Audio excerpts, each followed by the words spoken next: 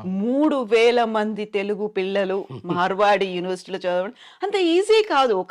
దానికంటూ వెనకాల మీరు చేసినటువంటి ఒక కృషి అనేది ఉంటుంది. లేదు నేను ఇది చేసి చూపించాలి అనేటువంటి ఒక తపన ఉంటుంది. నేను చేయగలను అనేటువంటి ఒక కాన్ఫిడెన్స్ కనిపిస్తుంది. ఏం చేశారసలు? ఏం జరిగింది ఈ జర్నీలో? ఆ సీక్రెట్? మార్వాడి యూనివర్సిటీ అనేది జనరల్గా ఏం చెప్తే అది చేస్తుంది. మనకి జనరల్గా ఇన్స్టిట్యూషన్స్ అనేవి 2 రకాలు ఉంటాయి. ఒకటి ప్రాఫిట్ మోటో ఇన్స్టిట్యూషన్స్, ఇంకోటి service motto institutions. Marwadi university అనేది సర్వీస్ మెయిన్ మోటో అనమాట.